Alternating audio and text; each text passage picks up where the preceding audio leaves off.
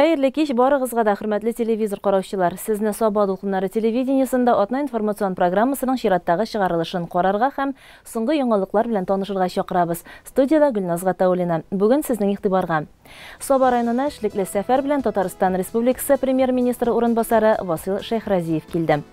Шәмәрдән үсеш лицейында туган телләрнең 3нче республика фестивале узды. Урман безнең байлыгыбыз. Бу атнада урман хуҗалыгында эшләүче алдынгы хезмәткәрләрне тәбрикләделәр.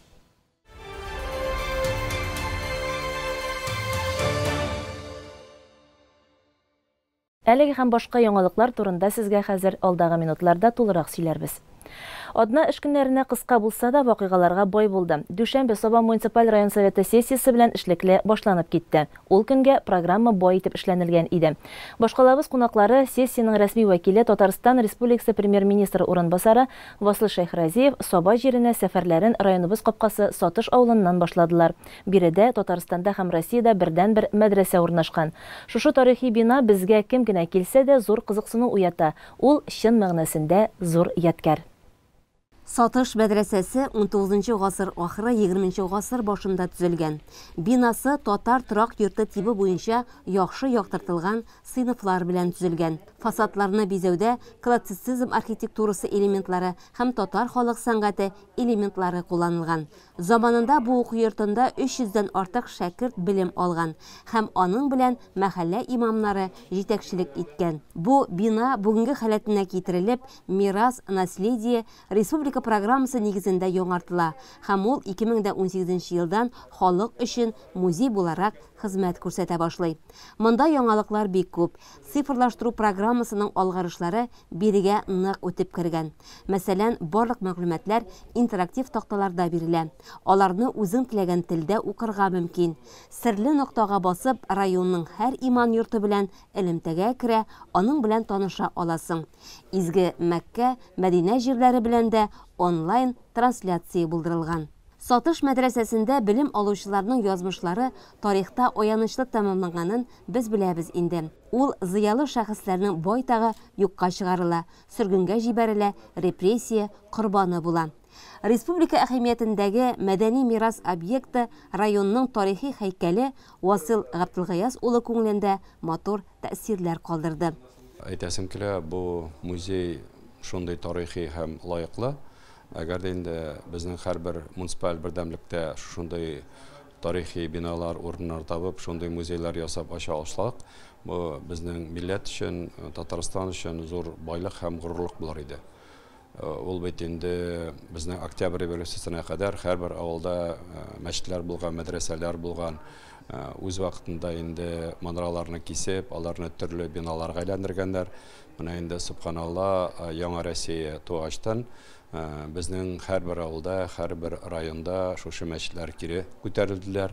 Бүгенге көндә инде безнең 1600 мәчетебез бар. Шуңа күрә ул субханалла имамнар белән аларны инде укыту әзерләүләр буенча республика күләмендә зур эшләр алып баралар. Ләкин андый музейларга барып җитүчеләр әле районнар күбендә бик сирәк. Менә монда килеп карау бу хактан да безгә беренчедән зур өмет бирә. Биналар сакланып калган, җитәкчеләр, спонсорлар табып, дәүләт акчалары белән шундый тарихи бик кирәкле музей ачканнар. Һәм инде бу беренчедән үрнәк булып торала, икенчедән тарих буларак бүгенге көндә яшьләргә, олыларга тәрбия бирү үзәгенә дә әйләнеп бара. Шуңа күрә инде менә ихлас күңелдән әйтәм, хактан да йөрәгем нык шатлана, чөнки бу безнең әби-бабайларның тарихы. Районыбыз тормышында эшмәкәрлек юнәлешендә киң кырлы эшчәнлек алып баручы предприятиеләрнең берсе булган Ялкын бүгенге сессия кунакларын үзендә кабул итте. Био-ягулык мишләре җитештерүче бу оешманы Эмиль Усманов җитәкли. Аның кул астында 29 хезмәткәр эшли. Алар инде менә 10 елдан артык хезмәт базарында тиңе булмаган җайланма ясап, кулланучыларны сөендерәләр. Соңгы елларда хоккей тартмалары өчен дә бортлар җитештерә башлаганнар. Аларның продукцияләренә сорау бик зур. Реализация Татарстан һәм Рәсәй белән генә чикләнми. Узган елда 110 миллион сумлык товар әйләнеше белән тәэмин иткәннәр. Әлеге предприятие Ялкын дип атала. Бу предприятие безнең пилетлар яга торган котеллар җитештерә. Соңгы елларда бу бик популяр, чөнки газ булмаган территорияларда, авылларда, башка җирләрдә шушы пилетный котелларны куеп, газдан тыш ягу мәсьәләләрен хәл итәләр. Бу пилетлар безнең автоматик рәвештә эшли, аны дистанцион телефон буенча да үзгәртергә була, килергә була. Шуңа күрә аларны бик яратып алалар. Шәмәрдән халкының олуг шатлыгы булып, мәктәп урамында 6А адресы белән мәхәббәт йорт төзелә. Ул 1 подъездлы, 3 катлы, 12 фатирлы. Дәүләт торак фонды программасы белән гамәлгә ашырыла. Акташ төзелеш оешмасы аны 10 ай эчендә сафка бастыра. Бу домда 12 квартира, бөтенесе эшләнде арендный программа буенча. 4-шәр 1 бүлмәле, 4 2 бүлмәле һәм 4 3 бүлмәле квартиралар. Квартиралар 50 квадраттан 80 квадратка кадәр инде. Бөтенесе дә арендный жилье. Күп вакыттан төзелде? Төзелеш вакыты примерно 10 ай эчендә төзелде бу йорт. Эш башы белән шушы көнгә кадәр инде 10 айда. Фатир хуҗаларының шатлыгын уртаклашып килгән җитәкчеләребез бер-бер артлы сүз алып котлауларын ирештерделәр. Үз вакытында Татарстанда безнең инде президент каршында зур фонд төзелә һәм ул вакытта ул башта теге иске фатирларны күчерү буенча бүген инде социаль ипотекага күчтек һәм шушы социаль ипотека ягыннан зурлап, матур итеп, үзебезнең хезмәттәшләргә, татарстанларга шундый матур йортлар төзеп, фатирлар бүләк итеп бирәбез. Бүләк дигәнче инде ул хактан да бүләк кебек, ләкин бүләк буш түгел, ахырда түләп эшлисе, ләкин инде ул бүген көннән торып яшәргә, бәхетле булырга мөмкинлек бирә. Яшь гаиләгә беренчедән тору урыны кирәк. Һәм инде төрле формаларыбызда безнең республикабызда бар, ул арендныйда бар, ипотекада, һәм бүтәне дә. Иң мөһиме менә күп балаларга бирелә торган программада инде без менә бүген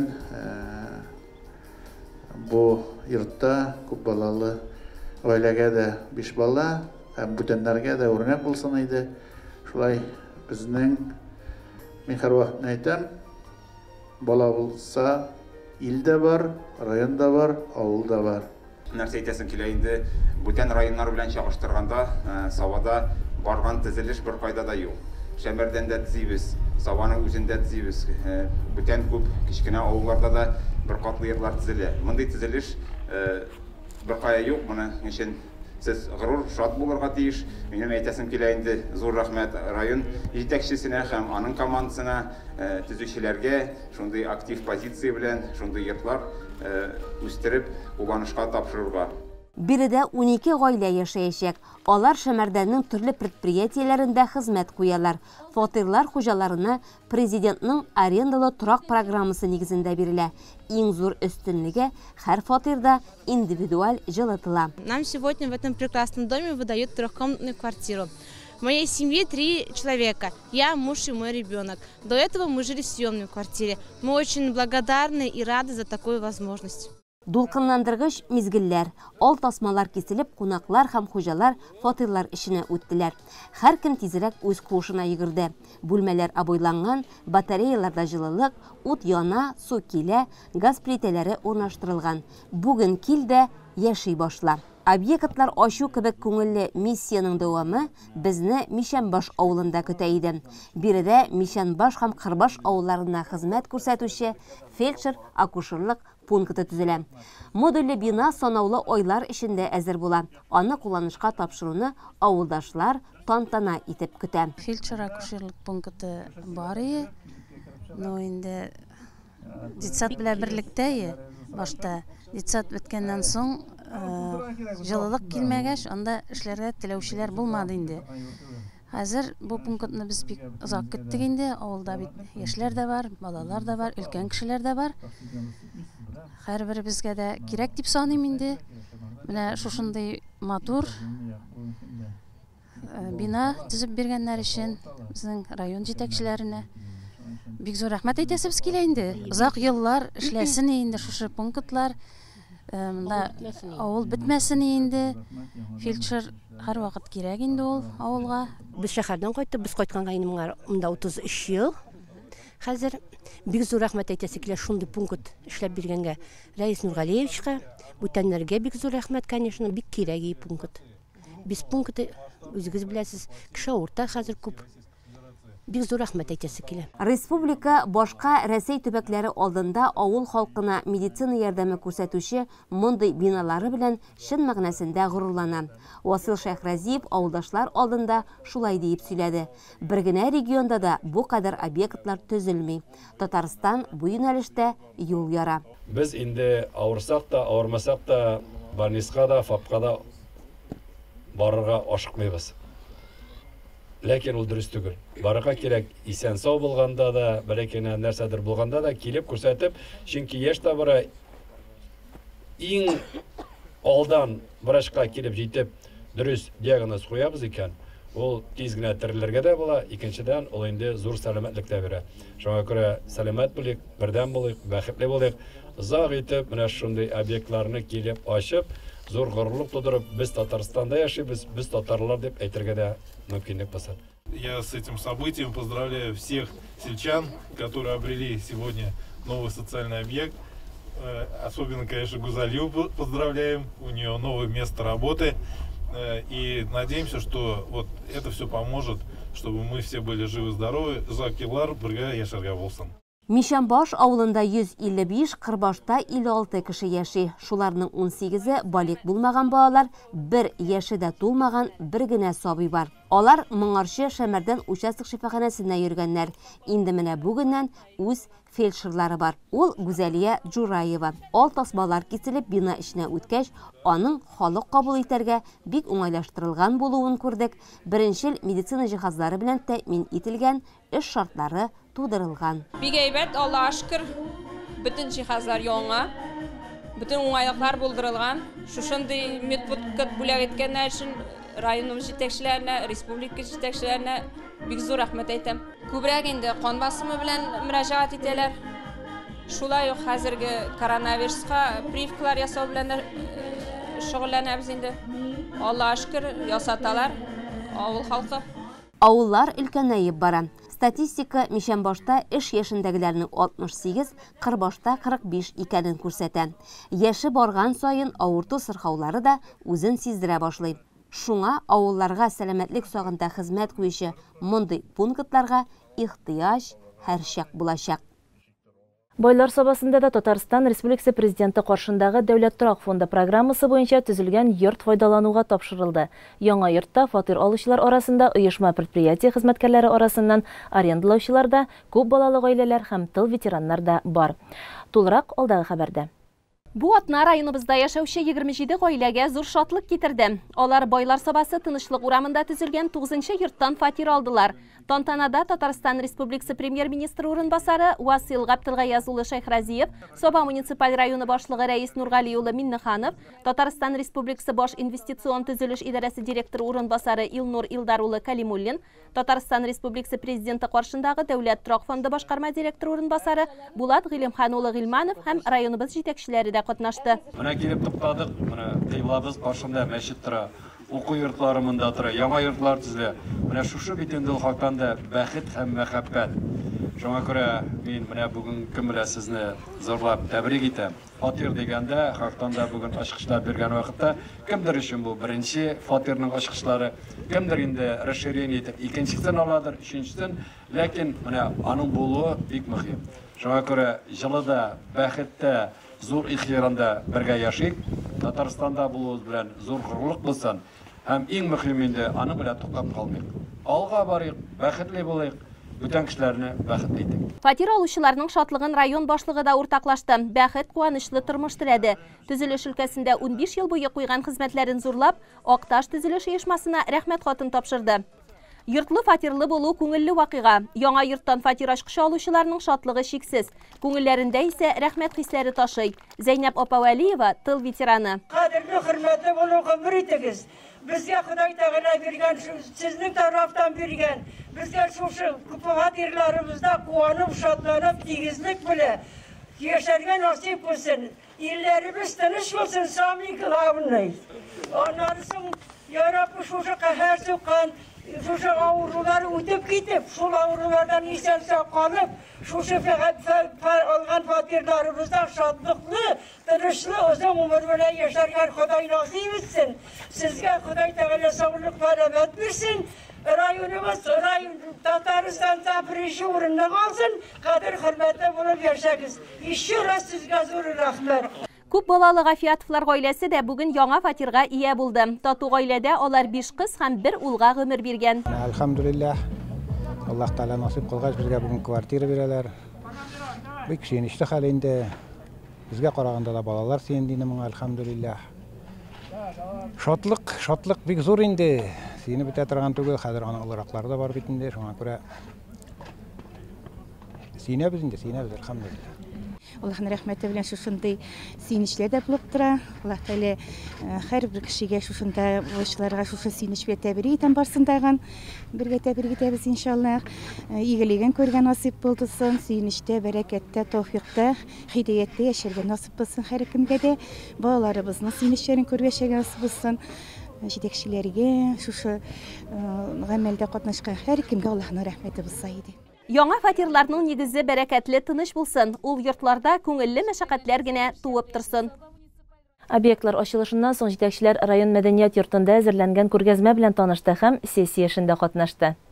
Оешма предприятие шәхси эшмәкәрләр җитештергән товарлардан төзелгән бай күргәзмә кунакларны район мәдәният йортының тышкы ягыннан ук каршы алды. Ички якта күргәзмәлекләр коммерцияле булмаган Хаят берләшмәсенең эшләре белән башланып китте. Хаят безнең 2 ел эшли һәм әле ул узган ел гына 3 декабрьдә теркәлде. Хәзер без коммерцияле булмаган автоном оешма булып торабыз.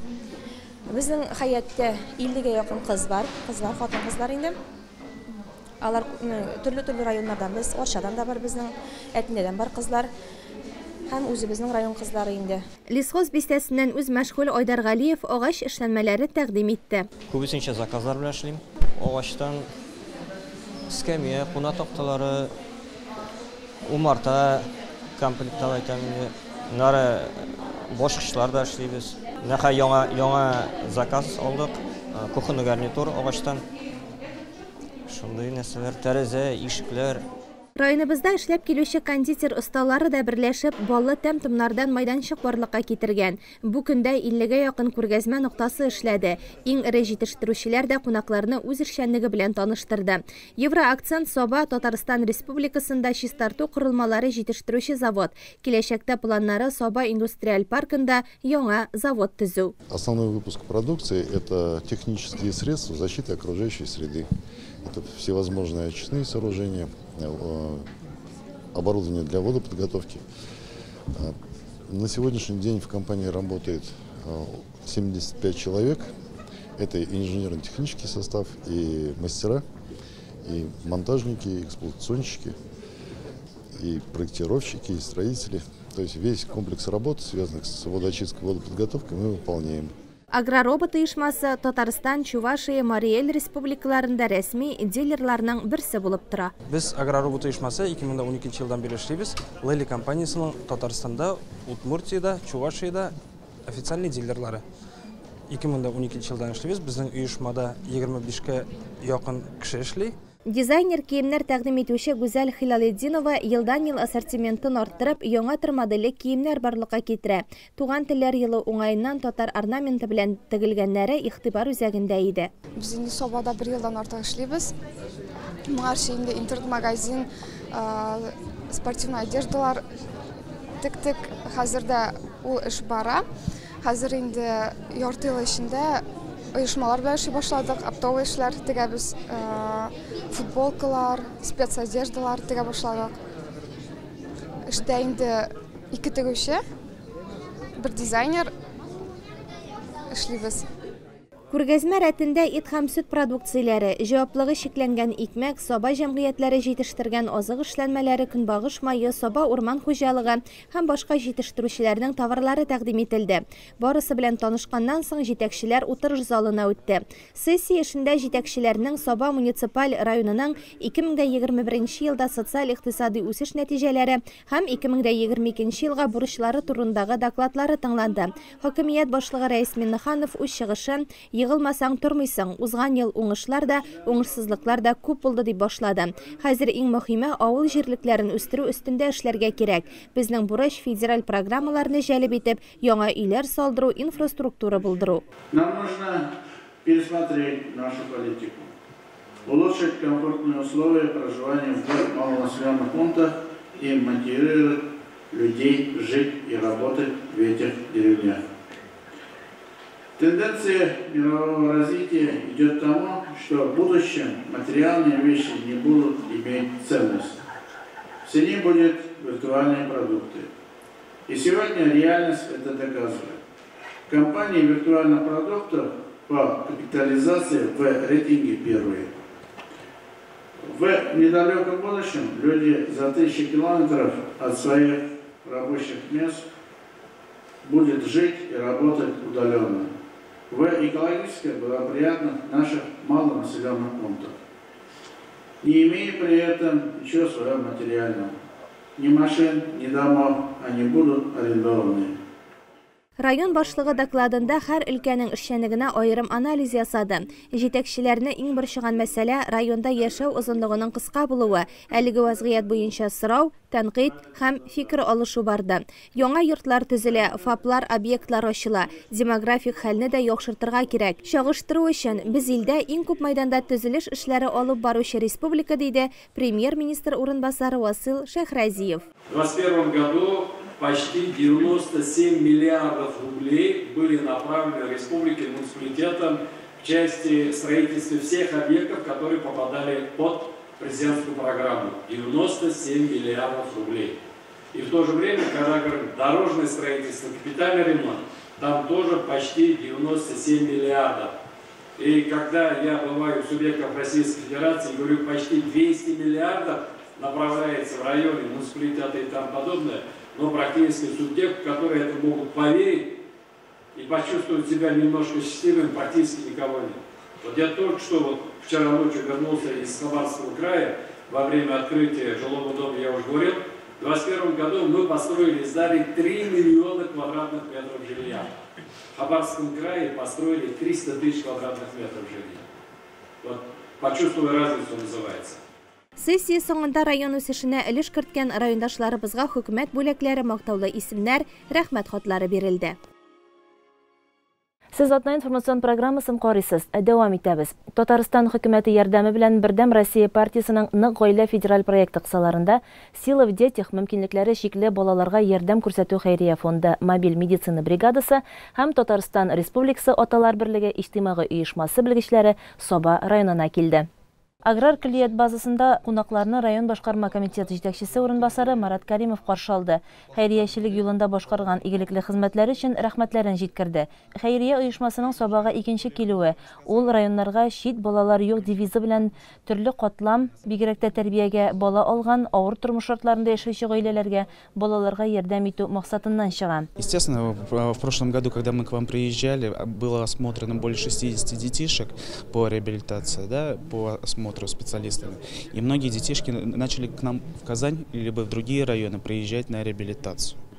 Вот. Мы как занимаемся как реабилитацией с детьми-инвалидами, также и занимаемся ранним вмешательством от 0 до 4 лет. Это совершенно бесплатно, через защиту можно к нам попасть на реабилитацию 2 раза в год. Кроме этого, мы же еще направляем не только в наш реабилитационный центр, мы еще направляем государственные, медицинские, либо социальные реабилитационные центры. Бу көнне очрашуга районның әтиләр берлеге әгъзалары да чакырылган иде. Алар белән Хәйрия фондының әйдә баручы белгече Әмир Мамин балаларга карата гаиләдә белем алуда, тәрбия бирүдә әтиләрнең роле, балалар һәм ата-аналар арасындагы аңлашылмаучанлык мәсьәләләре буенча әңгәмә үткәрде. Проблемаларны хәл итү юлларын күрсәтте. Алар хәзерге заманда бигрәк тә җитәрлек. Әтиләр оешмасына с последнего года, как президентыбыз Әтиләр көне дип элан итте, шул вакыттан бери безнең әтиләр оешмасына төрле проблемалар белән мөрәҗәгать итәләр. Не только әтиләр, әби-абайлар, әниләр, которые не могут справиться с воспитанием своего уже, допустим, взрослого сына-подростка. Да? Разводтагы әти-әниләр мөрәҗәгать итәләр. Аларның организации, которые занимаются сложными подростками, допустим, Управление Федеральной службы исполнения наказания, да, те баллар, которые уже осуждены, комиссия по делам несовершеннолетних. То есть у нас комплексный подход к воспитанию ребенка, комплексный подход к взаимоотношению родителей и ребенка. Помощь семьям, которые воспитывают детей-инвалидов, или инвалиды, которые воспитывают детей. То есть у нас Аделина Казакулинов, руководитель нашей организации, он сам отец особенного ребенка. Тагын 2 мәйданчыкта психологлар тәрбиягә һәм опекага алынган балалар һәм гаиләләр арасында үзара мөнәсәбәт, авыру балалар тәрбияләүче әти-әниләргә ярдәм итү юллары турында киңәшләрен җиткерде. Шәмәрдән авылында яшәүче Надира ханым тормыш иптәше белән үз балалары янына тагын 7 ятимне сыендыра. Шуңа күрә аңа монда телгә алынган проблемаларның барысы да яхшы таныш. 2006 елдан бирле гел бала карау, бала өстендә, балалар карау өстендә. Үзебезнең малайлар, инде правнуклар бар. Малайлар өйләнде, икесе дә. Olgan bağlarının da birisi ilendi, birisi köyge çıktı. Bebeğimiz var. Mına şol köyge çıkanı bilen gene problemi var biraz. Потому что алар ayrılıştılar. Bala ağırtu, bala qaribız. Sankt-Peterburglarga bardık. Onları nevrologiyada şöy sayın yata. Gül şol balasında biz. İde 4 bala var ali. Bir sene 19 yaş, bir sene 18 bula 7 aprelde, bir sene 16, bir sene 12 yaş. Опекалар һәр вакытта дагы ярдәм итеп торалар, нинди документ сорасак та бер кашанда отказ бирмәйләр. Медицина белгечләренең мобиль бригадасы исә районнарга даими рәвештә чыга һәм күп балалы, аз керемле һәм тәрбиягә бала алган гаиләләрдә тәрбияләнүче авыру балаларны кабул итәләр, беренчел ярдәм күрсәтәләр. Алан елга авылыннан Гүзәл Хатипова 106 бала тәрбияли. Бу көнне 4 баласын медицина каравын үтәргә алып килгән иде. Бигрәк тә кечкенә улы Азатка ярдәм кирәк. 2 яшь инде хәзер Ni tepi kiti almışın tegabizinde şunu nevrologga nega ko'rsatirga atilganiyim. Biz Qozonga da bergan endi interganda ko'rsatib qaytarganda o'rmalab yurib tege nishada maqlayında uyda yürüyor tege kishi ko'rmaganda yuri to'tinib da yuri bulayda intib ketayinde tege nobik o'zina shanish Бу көнне Саба районы буенча 60-ка якын авыру бала логопед-дефектолог, клиник психолог, психиатр, невролог, функциональ диагностика табиблары каравын үтте. 22 февраль көнне юл хәрәкәте иминлегенең хатын-кыз инспекторлары сәләтле балалар мәктәбенең яшь юл инспекторлары белән берлектә көчле затларны ватанны саклаучылар көне белән тәбрикләде. Акциянең барышы алдагы сюжетта. Сезне чын күңелдән менә киләсе 23 февраль ватанны саклаучылар көне белән чын күңелдән котлыйбыз. Юлларыгыз һәр вакыт имин булсын, исән сау йөрегез. Безнең кичкенә генә бүләкне үзегезгә зур итеп кабул итеп алыгыз. Зур рәхмәт. Һәр бәйрәм бүләкләр белән ямлы. Аны көтмәгән җирдән кабул итеп алсаң, икеләтә куанычлы. ЮХИДИ инспекторы Гөлгенә Гаянова һәм юл хәрәкәте иминлеге дәүләт учреждениесенең район бүлекчәсе начальнигы Гүзәл Ягафарова ират шоферларны бәйрәм алдыннан бүләкләр белән сөендерде. Фидарис Әгъләметдиновның сәфәре ашыгыч булса да инспекторлар белән ул иркенләп аралашты. Армия сафларында хезмәт иткән егет өчен ватанны саклаучылар көне чын бәйрәм. Барлык иратларны 23 февраль белән тәбрик итәм, бәйрәм белән аларны. Булдым әйе, служиттем. Архангельский, город Мирный, Плесецк. Сәлим Бадиковны ЮХИДИ инспекторлары мондый сәбәп белән әле беренче тапкыр туктата. Армияда булдым. Забайкальский крайда бик әйбәт служить итеп кайттык. Башкаларга да телим. Кем булып хезмәт иттегез? Сержант булдым. Менә бүген ГАИ хезмәткәрләре туктатканда ни өчен туктата дип уйладыгыз? Сизендегезме? Юк, уйламам да, сизенмәм дә, алай дип көтмәгән идем бер дә. Бик зур рәхмәт сезгә. Әле шулай котлаганнары бар идеме? Юк, ия. Беренче тапкыр. Әйе, беренче тапкыр. Ошадымы сезгә? Шады, бик әйбәт, бик матур оештырганнар ГАИда, молодец. Яшьләргә пример менә дигән бик әйбәт булды. Искәндәр Захидуллинга бүләк эшкә бару юлында тапшырылды. Аның эшендә бу көтелмәгән сюрприз. Мондый әйбер кирәкле булуы белән бер рәттән бик файдалы да ди. Бүләк биреләр дип уйламадым. Әле менә эштә генә барып киләем, эшкә генә кайтып киләем. Бик сөендерделәр, рәхмәт. ГАИ хезмәткәрләренә, аларга да инде чын күңелдән аларны да бәйрәм белән тәбрик итәм. Кирәкле бүләкме? Кирәкле бүләк. Бу инде юлда, әгәр дә инде хавф-хәтерләр очрамасын инде, шундый шартлар булса, киеп куйсаң, юлда күрерләр сине, аннан соң зур бәла хавф-хәтерләрдән саклап калар дип өметләнеп калам инде. Җәяүлеләр дә, шоферлар да бер-берсен хөрмәт итәргә тиеш. Бу көндә инспекторлар җәяүле ир-егетләр белән дә аралашты. Алар сафында Рафил Галимуллин да бар. Сакламыйча булмый, менә игътибар итегез безнең Саба урамнарына. Безнең 100 метр сайын һәрбер җирдә пешеходлар өчен чыгарга зебрлар бар, знаклар бар. Без пешеход буларак мин үзем дә әйтәм, һәм инде безнең менә район кешеләре гел шушы пешеходта гына чыгып йөрибез. Чыннан да юлда машиналар хәзер бик күп. Аллам сакласын, күрмичә калып, әле менә үзегез дә беләсез, быел кыш бик әкәмәт килде, машиналар туктарга өлгерми. Шуңа күрә гел зебрадан гына гел менә шушы пешеходный дорожкадан гына чыгарга тырышабыз. Аллага шөкер, юл кагыйдәләрен бозмыйбыз.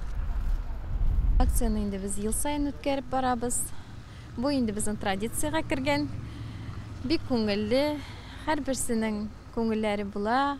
Матур итеп котлауларны кабул итәләр, матур сүзләр әйтеп китәләр. Кызлар туктаткач, бигрәк икенче дигән булалар. Барсына дагын саулык, сәламәтлек, юлларда яшел утлар гына, исән-сау, хәерле юллар гына теләп каласы килә. Барсы да исән-сау булсыннар, тормыш матур, илләребез имин булсын, күкләребез аяз булсын. Яктылык кайтаручы элементлары булган жилет һәм аксессуарлар аеруча балаларга, җәяүлеләргә, шоферларга һәр даим тапшырыла. Максаты гади генә предметның юлда нинди мөһим роль уйнавын аңлату. Менә безнең әлеге бүләк киләчәктә дә водительләргә ярдәм итсен иде. Без бүгенге акциядә Сабаның сәләтле бала мәктәбеннән яшь инспекторлар белән бергә эшләдек.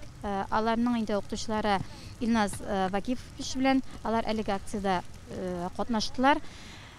Шулай ук безнең менә шушы юитлар белән эш ел дәвамында алып барыла. Алар безнең булышчыларыбыз. Бүләкләр өләшү акциясы 8 март бәйрәме алдыннан да үтәчәк. Гадәттә бу көндә гүзәл затлар инспекторлар кулыннан чәчәк бәйләмнәре һәм теләкләр кабул итеп ала. Саба урман хуҗалыгы хезмәткәрләре 2021 ел хезмәт нәтиҗәләре буенча алдынгылар слеты үткәрде. Лесхоздагы аучылар авылы бәйрәм залында шушы тармакта эшләгән, уңышларга ирешкән хезмәткәрләр тәбрикләнде. Саба урман хуҗалыгы эшчеләре елның-елында матур хезмәт нәтиҗәләренә ирешәләр. Ел ахырында эшкә нәтиҗә ясау матур бер гадәткә әйләнгән. Традициягә тугры калып, 22 февраль көнне лесхозның төрле тармакларында эшләүчеләр сый-нигъмәтле өстәл янына җыелды. Урман аланындагы затлы сарайга урман эше осталары һәм ветераннар җыелды. Мәҗлесне авыл имам хатибы Әхмәт хәзрәт Сафин ачып җибәрде. Аннары сүзне Саба урман хуҗалыгы җитәкчесе Васил Гизатуллин алды. Ул үз чиратында ветераннарга бүләкләр тапшырды. Дөрестән дә бүген инде ул безнең еллык эшкә нәтиҗә ясау. Монда инде һәрбер урманчының, һәрбер урман системасында эшләүченең тырыш хезмәт нигезе ята. Инде монда алдан да инде яңадан алдагы хезмәт көннәрендә дә тырышып матур итеп эшләргә, авыртмаска, һәрберсенә саулык, сәламәтлек, бәйрәмнәребез матур, күңелле үтсен. Бәйрәм күңелле җырлар белән үрелеп барды. Бирегә килгән һәр урманчының күңелендә горурлык хисләре, гомер буе эшләгән эшеңне күрә белүләре зур шатлык бит ул. Урманчылык минем өчен бик якын, мин үзем урманчы булганнандыр да инде. Һәм бу урманчылык безнең яңалыкка омтылып, элеккенен саклап, һәм инде өлкәннәрне зурлап, яшьләргә юл күрсәтеп, менә шундый зур уңышларга көннән-көн баралар.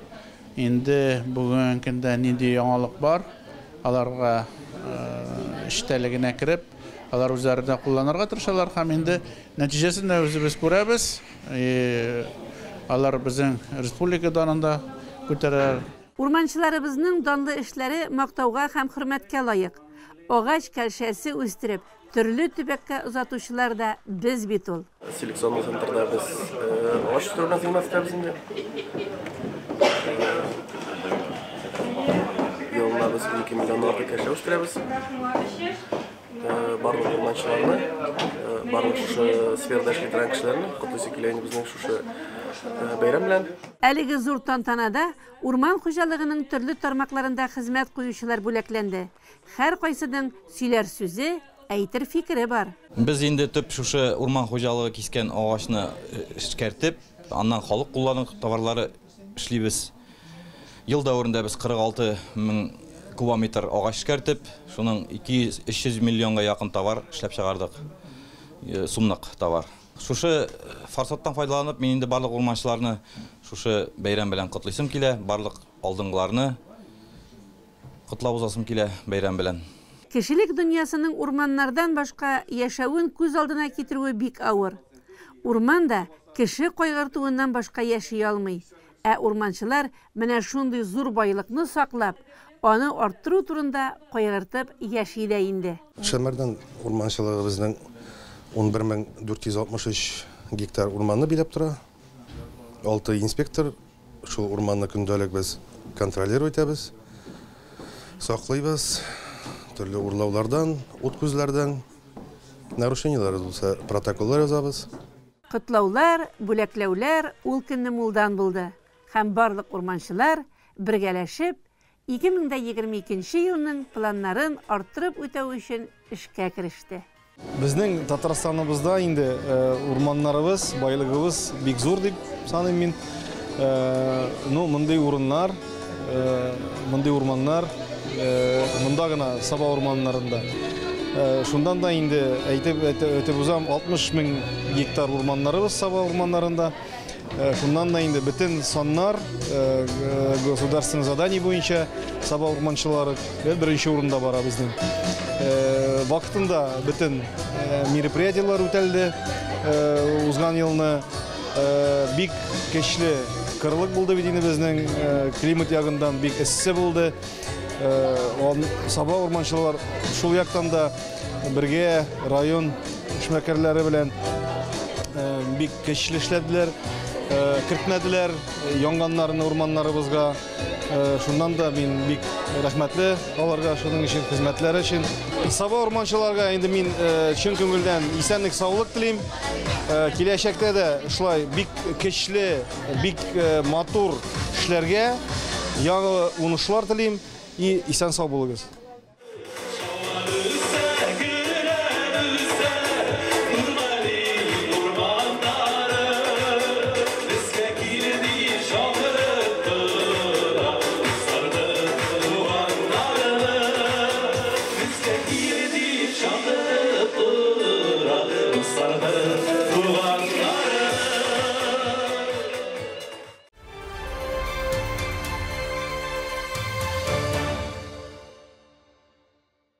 Телсез халык була алмый, халыксыз телдә юк. 2000 елда Берләшкән Милләтләр оешмасы ЮНЕСКО инициативасын хуплап, күптеллекне яклау йөзеннән 21 февральне халыкара туган тел көне итеп үткәрү турында карар кабул итте.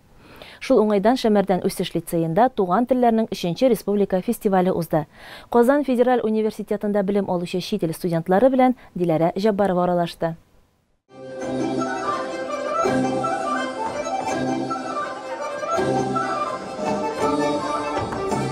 Телләр белгән, илләр белгән ди халкыбыз. Туган телләр фестивале Казан Федераль университетында белем алучы 26 чит ил студенты республикабызның Ширмешән, Норлат, Алексеевский, Теләче, Соба районнары мәктәпләреннән килгән өлкән сыйныф укучылары катнашында узды. Кытай кызы Ван Лу Яо Шәмәрдәнгә бик кызыксынып килгән. Хочу показать всем китайские культуры и китайские литературы и все хочу показать. Поэтому, скорее всего, это очень приятно участвовать на мероприятии. Дети, студенты, они не студенты, они вообще активные все. Я вообще удивилась, обожаю здесь. Маката Накадзаки, Япония башкаласы Токио шәһәреннән килеп Казан Федераль университетында белем ала. Я здесь приехал изучать русский язык, и мне нравится Татарстан, что здесь спокойно и здесь добрый, да. Все помогают мне. И еще я тоже люблю чай с молоком. Фестивальны сәламләү сүзе белән Саба муниципаль районы башлыгы Рәис Миннеханов ачты. Кеше гомере буе укырга, өйрәнергә тиеш. Безнең заман үзгәрешләр чоры. Социаль челтәрләрдән башка тормышны күз алдына китерә алмасак та, күзгә күз карап, тере аралашуга җитми ди җитәкче. Огромное спасибо организаторам, во-первых, но и студентам и школьникам, те, которые активно участвуют. Есть такое общение дороже денег, и второе информирован вооружен. А без общения и не получишь информации, вам огромного духа и здоровья, и чтобы ваши все желания сбылись. А жизнь она такая, никогда не надо унывать. Если что-то делаешь, все равно может быть такая ситуация, что ты неправильно сделаешь, от этого волновать не надо. Надо улыбаться, уважать друг друга и делать хорошее, что вы можете. Qozan Federal Universitetining Filologiya һәм мәдәният ара коммуникациялар институты директоры Рәдиф Рәфкатулы Җамалетдинов туган телне һәркем белергә тиеш дип саный. Хәзер безнең Россия күләмендә, Татарстанда һәм дөнья күләмендә дә шушы көннәрдә халыкара ана теле көненә багышланган бик күп чаралар уза. Бу чара аеруча үзенчәлекле. В зале присутствуют студенты, которые приехали из разных стран мира, и они сегодня изучают русский язык. Мне кажется, ребята, вам очень повезло. Я знаю, из присутствующих, из числа присутствующих, многие представляют Китай. То есть вы знаете китайский язык, некоторые из вас знают индийский язык, да? Английский, испанский. Еще вы будете знать русский язык.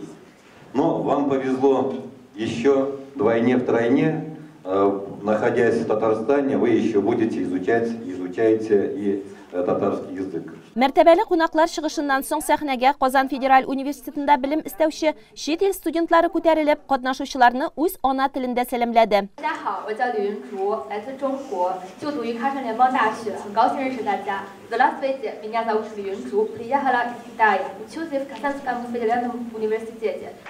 所有的朋友们，大家好，我叫王璐瑶，我来自中国，很高兴认识大家，很高兴参加这一次的活动。Hallo alle zusammen, heute werde ich euch die deutsche Kultur und die Sprache vorstellen.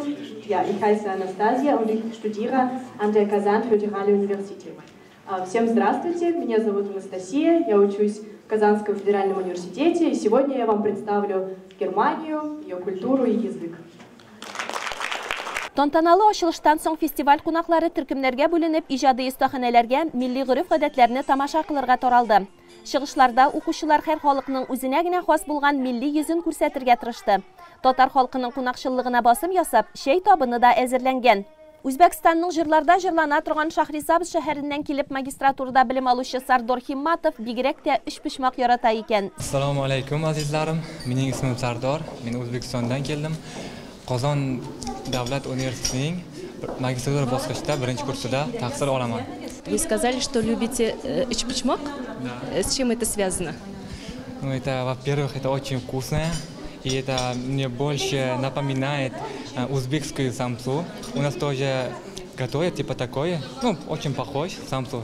Во-первых, это такой мясной, такой очень нравится. Татарстан, во-первых, здесь люди очень добрые. И ваши традиции, мечети, все музеи, все мне понравились. Лицейның һәр пешмагында кабинетында бик үзенчәлекле күргәзмә мәйданчыклар эшләде бу көнне. Мастер-классларда төрле милләтләрнең йолалары белән танышырга, аларның кул эшләрендә катнашу мөмкинлеге дә тудырылды. Айрым төркемнәр белән булганда кул эшләрен башкару җиңелрәк ди күрсәтеләче урта мәктәбенең инглиз теле укытучысы Ләйлә Алексеева. Шундый матур брошкалар ясыйбыз. Кул белән эшләгән әйберләр үзләренә истә калалар инде балаларның. Шуңа күрә бик матур итеп мастер-класслар оештырылган. Монда балалар татар орнаменты белән үзләренең эшләрен эшләп карыйлар. Оештыручылар бик матур итеп оештырганнар. Бүтән килгән кунакларны 4 группага бүлделәр. Кунаклар күңеленә шулай ук чемоданнарны җыйдык, Шәмәрдәнгә юл алдык дип аталган сәяхәттә хуш килде. Ну что ж, я думаю, все полны сил, да, энергии для того, чтобы продолжить путешествие. А теперь, в честь нашей встречи, я хочу вам подарить наш шемарданский чай и пожелать вам крепкого здоровья. Поэтому, вернувшись домой, вы можете заварить его и еще раз насладиться ароматом удивительного травяного чая. Складывайте свои мешочки в чемоданчики. Чемоданчики продолжают наполняться. Үз телеңне белмәү наданлык дип язган улуг татар язучысы Фәнис Яруллин. Чит ил студентлары фестиваль кысаларында үзләре дә укучылар өчен тел үзенчәлекләрен исәпкә алган мастер-класслар үткәрделәр. Аерым алганда төрек, гарәп, үзбәк, һинд, инглиз, кытай телләре буенча үзенчәлекле чыгышлар булды. Без бу фестивальдәге мастер-класслар күрә килек һәм бу фестиваль миңа бик ошады. Мондагы Çet illerden gelgen okuşçular üzlerinin masterclasslarını gösterdiler, üzlerinin bilimlerini hem bu festival meni bek ışadı. Hem men kelешekte de özümne şol festivalda göstergen tillerinin birisi bilen beylerge dep oylayım. Şemerden Үсеш лицейі директоры Илфат Мөхәммәтов йомғаклау шығышын «Бой булмасаң, бой булма, тик білімге сой булма» деген халық мәқәленнән башлады. Bizim hammamizda o'z tilimiz, o'z ana tilimiz, tatar tilimiz var. Bu Allah baylan. Endi ikinci baylığımız olda bulsa, tiren bilimimiz. Уку йорты директоры Казан федераль университеты мөгаллимнәренә район мәгариф идарәсе исеменнән рәхмәт хатлары тапшырды. Кеше яшьтән үк үз теленең матурлыгын аңлап, ягымлы яңгырашын тоеп үсү бик мөһим. Фестивальдә катнашкан һәркем моңа тагын бер кат инанды. Туган телләр көнендә яшь журналистлар бүләк алды. Сабат аңнары редакциясында Каурый каләм район бәйгесенә йомгак ясалды. Тулырак алдагы хәбәрдә. Яшь журналистларның Каурый каләм район бәйгесенә балалар иҗат үзәге белән берлектә үткән елның гыйнвар аенда старт бирелә. Конкурста катнашкан укучылар жюри хөкеменә төрле жанрдагы язмаларын җибәргән. Барысы 100дән артык эш кабул ителгән. Алар Сабат аңнары газетасы сайтына урнаштырылган. Иң яхшы язмалар газета битләрендә урын алган. Редактор Рөстәм Исмагыйлов бәйгене оештыруда ярдәм иткән мәгариф идарәсенә, балалар иҗат үзәгенә катнашкан мәктәпләргә зур рәхмәтләрен җиткерде. Әлеге бәйге сездә төрле уй-фикерләр тудыруы белән яхшы. Тырышыгыз, башлаган эшегезне һәр вакыт ахырына кадәр җиткерегез, диде ул укучыларга мөрәҗәгать итеп. Бу шөгылегезне онытмасагыз иде, югалтмасагыз иде. Кемдердер бәлки журналист та булып китәр, кемдердер әле бәлки язучы да булыр. Шигырь номинациясында җиңүче Камилә Гыйбадуллина Шикше төп мәктәбенең 8нче сыйныфында белем ала. Ул иҗат юлына 6 яшьтән үк баскан. Иң беренче шигырьләрем мәктәп турында булдылар, чәчәкләр турында, хыял турында. Һәм алга таба инде аларны камилләштереп, зурайтып, инде төрле бәйгеләргә җибәрә башладым. Республика күләм алтын каләм конкурсының җиңүчесе булдым. Серле каләм конкурсында катнашканым бар. Илһам конкурсында җиңү килде җиргә. Җиңү килде безнең җиребезгә. 77 сугыш биткәнгә. Җиңү килде ямьле язлар белән. Тыныч тормыш бүләк итәргә. Сугыш, без уйныйбыз кача. Теләп аны бераз онтырга. Сугыш бит ул дию, зур аждаһа. Авызы ачык безне йотарга. Күпме яра, үлем, ятимлекләр, аккан каннар, ачык күз яше. Җиңел генә бирелмәде бит ул җиңү. Аксын әйдә, шатлык күз яше. Сугыш батырлары да өлкәнәйде. Инде 80-90 яшьтәдер. Әмма сугыш алар йөрәгендә мәңге үлмәс, мәңге яшәрер. Бер горурлык бәреп чыга тышка. Бабайлар бит тиккә үлмәгән. Без бәхетле яшәренә җирдә яшәү дәрте өмете сүнмәгән. Җиңү килде ямьле язлар белән. 77 сугыш биткәнгә. Уртак шатлык, зур куаныч артыр. Барлык йөрәк бергә типкәндә. Язма эшләр номинациясында 3нче урынга лаек булган Илназ Садыков Измә урта мәктәбе укучысы. Минем язмам Югалтадагы Имам Аби турында. Нинди о җавы йөрәкле ау хәлле калган балага булышкан күпме еллар шунда эшләгән турында яздым. Яхшы, менә Имам Абиның үзе белән күрешеп сөйләштеңме, юкмы бу язманы язган? Аның белән лично танышкан күренгән юк әле.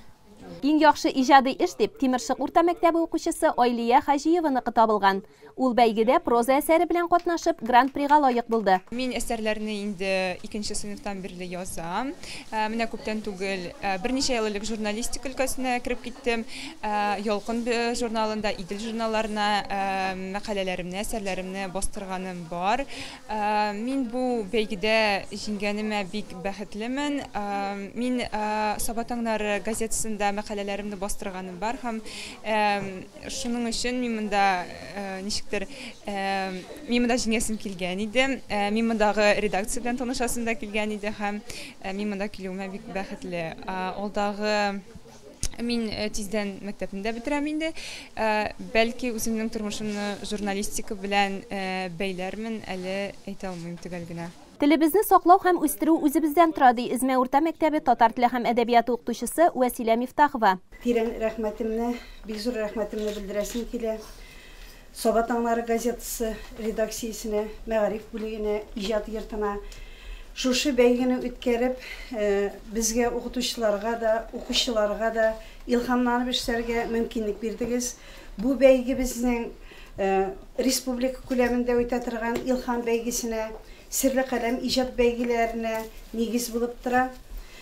Бик зур рәхмәтебезне белдерәбез һәм алга табада инде үзебезнең иҗатыбыз сүнмәсен дип ышанып калам һәм менә укучыларыбызның безнең хезмәтебезне югары бәяләгәнегез өчен тагын бер кат рәхмәт белдерәм. Иҗади уңышлар гел шулай бердәм тату коллектив булып эшләп яшәргә язсын сезгә. Рәхмәт бик зур. Мондый бәйгеләрне оештыручылар һәм аларда катнашучы яшьләребез барда телебезнең киләчәге өметле.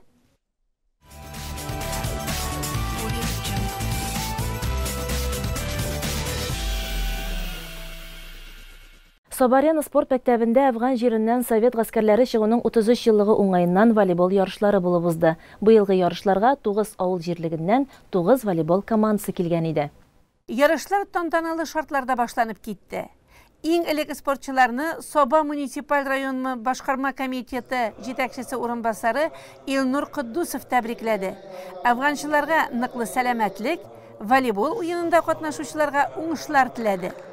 Районыбыздагы волейбол уеннары федерациясе рәисе Афганчы Фәнис Вәлиев, район хәрби комиссары урынбасары Айрат Садыйковларның сәламләү сүзләреннән соң бер төркем уенчылар Соба үзәгендәге афганнар монумент һәйкәленә венок салдылар. Киң Иркен спорт мәктәбенең 2 мәйданчыгында уеннар башланып китте. Менә без инде кайткан, исәсе кайткан җегетләр 85 шунда районда biz şular bile ezerek beyram itip de alabız indi, ezerek kalgan çocukların iskel alabız indi. İşten bulmaganların üylerine varıp etiyen yerine, onların etiyenisi yok indi kadar. Şu puşlara yiyip baygana işen sağ ilfatının en iyisi. Şunda varıp ezerek yollar yanında yürüp kaytabızdı. Şuların kumullarını görüp ziratlara kirip indi. Minalar neseytim indi. Ulu çocukları işten sağ koytkan çocuklar. İşten sağ gelecekte eybet motor yaşasınlar. Varıp bergeni şolay dost bulup, tatu bulup, yaşarga yazdı indi. Eyye. İsənlərinin qədrin bilib, onlara hürmət göstərib yaşarga, ölgənlərinin qəbrin bilirgə yazsın. Yarış bizim 30. yılғы юбилейный yarış деп аталайынды. Biz аларға мына быйыл кубокны бирәбез. Һәм призларда бүләкләр инде.